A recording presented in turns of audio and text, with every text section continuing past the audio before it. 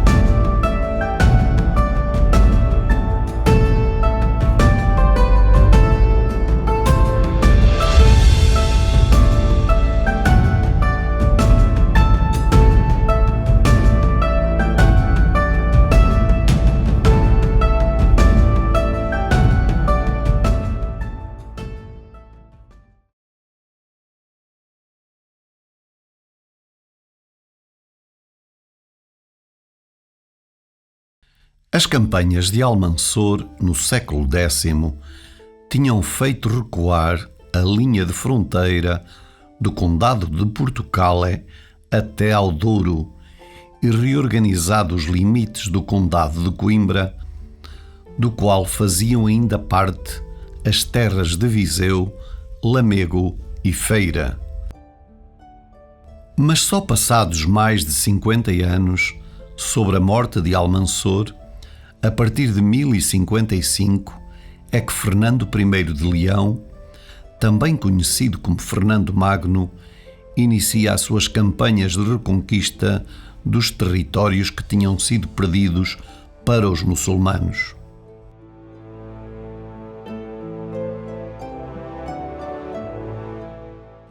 A primeira batalha terá permitido a conquista de Lamego em 1057. No ano seguinte, conquista Viseu. Por volta da mesma altura, conquista ainda outros territórios beirões, como Trancoso, Ceia e Penalva do Castelo. E, dada a sua localização, muito provavelmente também estendeu a sua influência à zona de Carapito. Já bem perto do fim do seu reinado e depois de um cerco de quase 6 meses, as suas tropas conquistam finalmente Coimbra em 1064.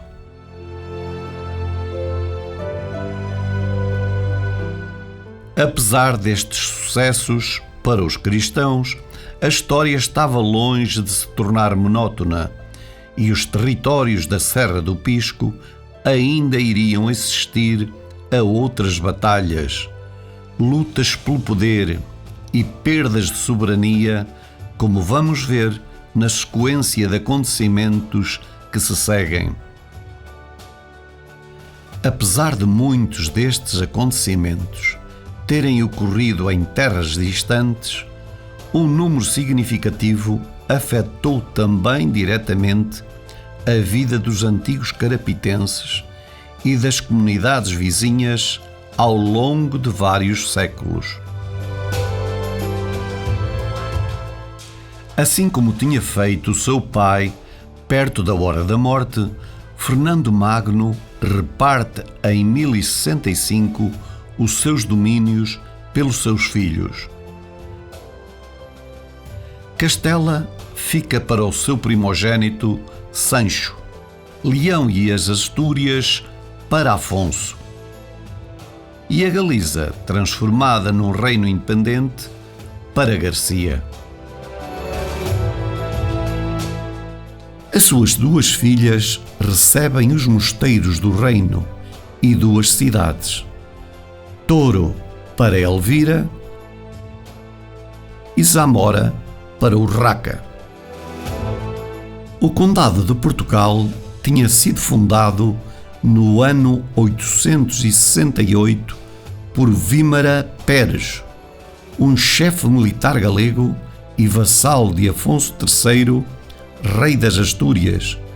após a reconquista de Portucale, agora o Porto, aos mouros. No ano 1070, o conde de Portugal, Nuno Mendes, que aspirava a uma maior autonomia do seu condado, decide enfrentar Garcia II, da Galiza, num confronto que culminou na Batalha de Pedroso, em 1071, mas onde é morto. Após a vitória, Garcia II da Galiza anexa o território do Condado de Portugal, ao mesmo tempo que atribui a si mesmo o título de rei da Galiza e de Portugal. No entanto, o seu irmão Afonso VI, de Leão e Castela, que defendia a manutenção de todos os reinos num só, para que fossem mais fortes, em aliança com outro irmão, Sancho II de Castela, acaba por retirar a coroa e o reino da Galiza e de Portugal a Garcia, obrigando-o a passar o resto dos seus dias confinado no castelo de Luna, construído na chamada Penha de Almansor, no reino de Leão. Anos antes e após destruir Leão, numa das suas campanhas de verão, Almansor também tinha tentado conquistar esta fortificação, mas acabou por não ser bem sucedido. Anos mais tarde, Afonso VI de Leão e Castela acaba mesmo por constituir a unidade dos reinos que vigorava no tempo do seu pai, Fernando Magno,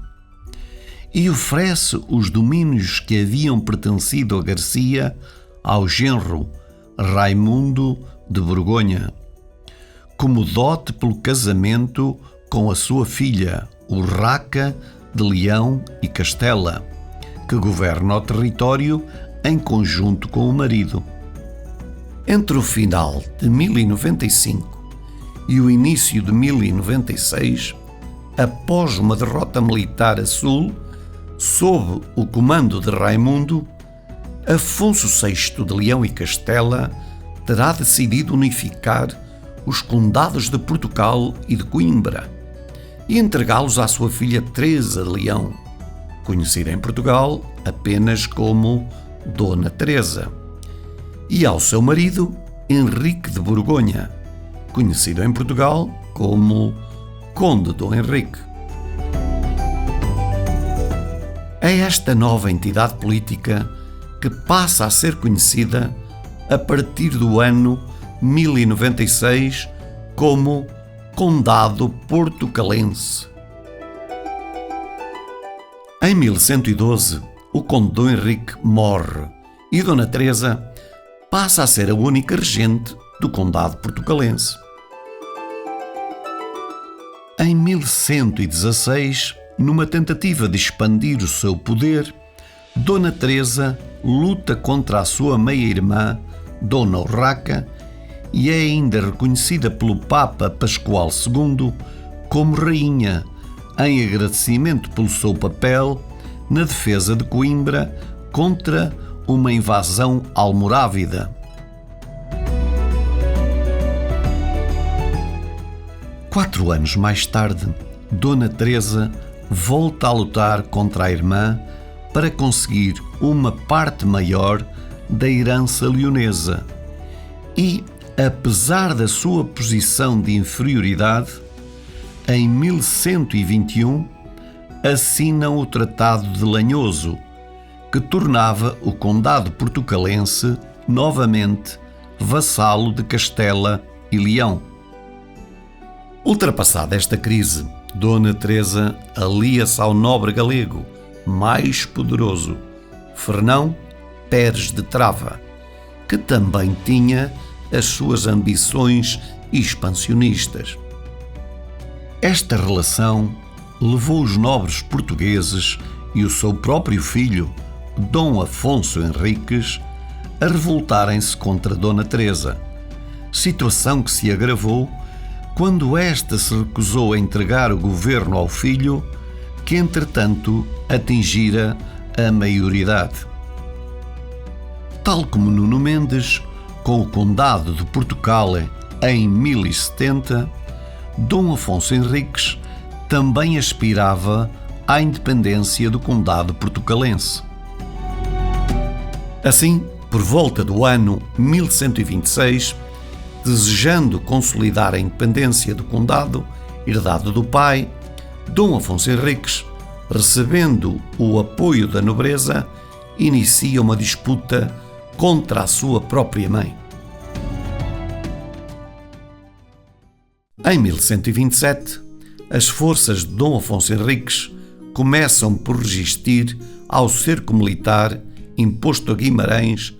pelo seu primo, o rei Dom Afonso VII de Leão e Castela, filho de Dona Urraca. Mas, menos de um ano depois, as tropas de Dom Afonso Henriques e as do conde galego Fernão Pérez de Trava, que também era amante da sua mãe, confrontam-se no campo de São Mamede, em Guimarães, terminando com a derrota do galego. A partir de 1128, e depois de se impor como governante do Condado portucalense, Dom Afonso Henriques inicia esforços para obter o reconhecimento do Condado como reino, ao mesmo tempo que parte à conquista de terras mouriscas, a sul, e enfrenta Afonso VII de Leão e Castela, a norte.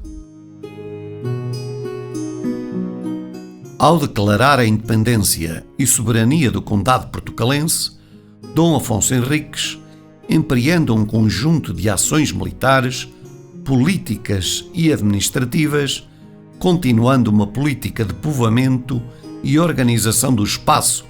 concedendo forais, fundando mosteiros e castelos e fortalecendo a identidade do território sob o seu governo,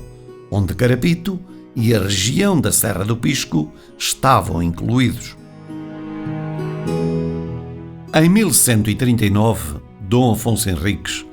organiza mais uma grande expedição ao sul, que culmina na vitória sobre os muçulmanos na Batalha de Ourique. Após essa vitória, é aclamado rei pelas suas tropas e passa a intitular-se Rei dos Portugueses, rompendo logo de seguida o Tratado de Paz que tinha assinado com seu primo em Tui em 1137. E invade a Galiza, o que resultou numa nova invasão das terras portuguesas por Afonso VII de Leão e Castela.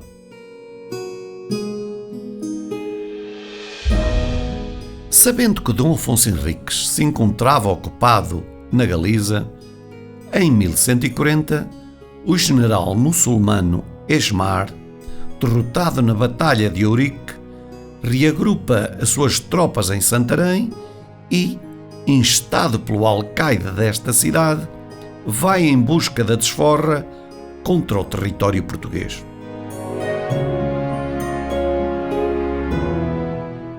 Atravessa a fronteira, começa por arrasar o castelo de Leiria. Depois avança para o coração de Portugal, pelo Vale do Mondego até Trancoso, onde o castelo teve a mesma sorte que o de Leiria, assolando ainda os lugares em redor, com a Serra do Pisco a assistir ao fundo.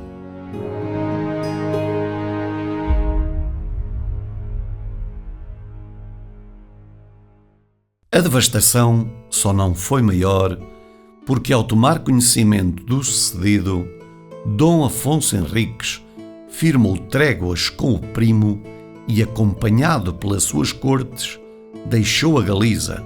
desceu as margens do Lima, passou o Douro, junto ao Lamego, e, perto de Trancoso, voltou a desbaratar os muçulmanos em 2 recontros sucessivos. Após derrotar os invasores, Dom Afonso Henriques fundou o mosteiro de São João de Tarouca, através de uma carta de Couto, como forma de compensar os frades pelo auxílio prestado na batalha. Contudo, as tensões com o primo Afonso VII persistiam e só em 1143 é que é dado um passo decisivo no processo de independência do Reino de Portugal, quando o cardeal Guido de Vico, enviado do Papa Inocêncio II, se desloca à Península Ibérica para pôr fim aos desentendimentos e diferenças entre ambos, que só contribuíam para enfraquecer a sua posição em relação aos muçulmanos. Assim,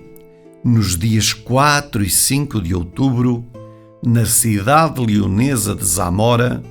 os dois primos chegam finalmente a acordo,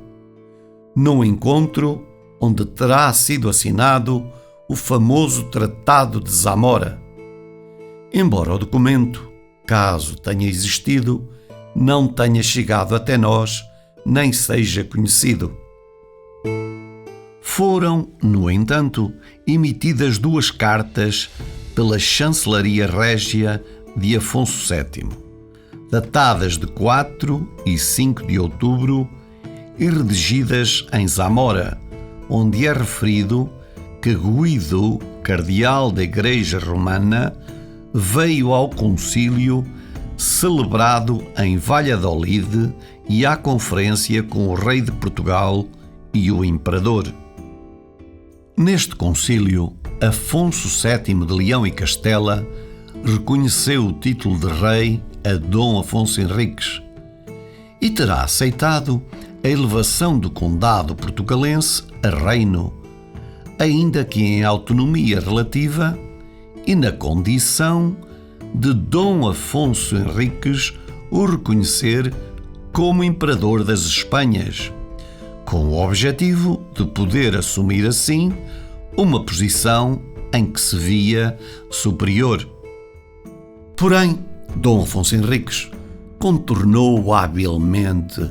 as pretensões do primo ao prestar vassalagem direta à Santa Sé.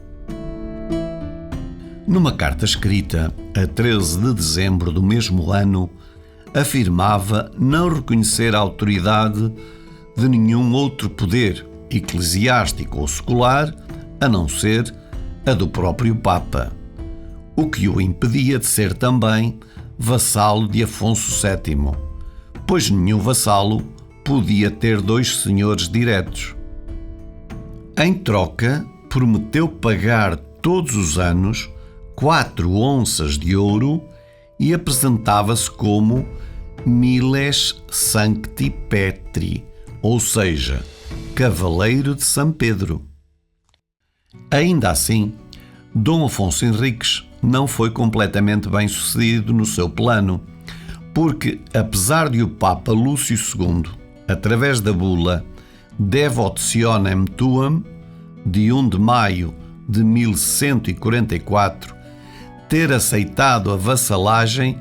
referiu-se a ele como Illustri Portugalensi Ducci, e não como Rex, e também não reconheceu Portugal como reino. Só após a morte de Afonso VII, em 1157,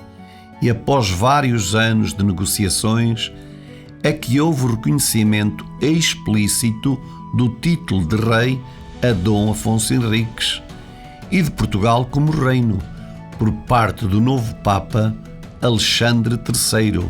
através da bula Manifestis Probatum, a 23 de maio de 1179. A confirmação da independência do reino em 1179 foi o culminar de décadas de esforços diplomáticos e um passo decisivo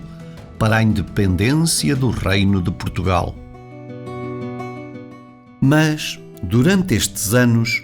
Dom Afonso Henriques continuou a consolidar a autoridade régia, expandindo o território para sul através de sucessivas campanhas militares contra os muçulmanos, reforçando as estruturas administrativas e promovendo alianças estratégicas que assegurassem a estabilidade interna e o reconhecimento externo do reino.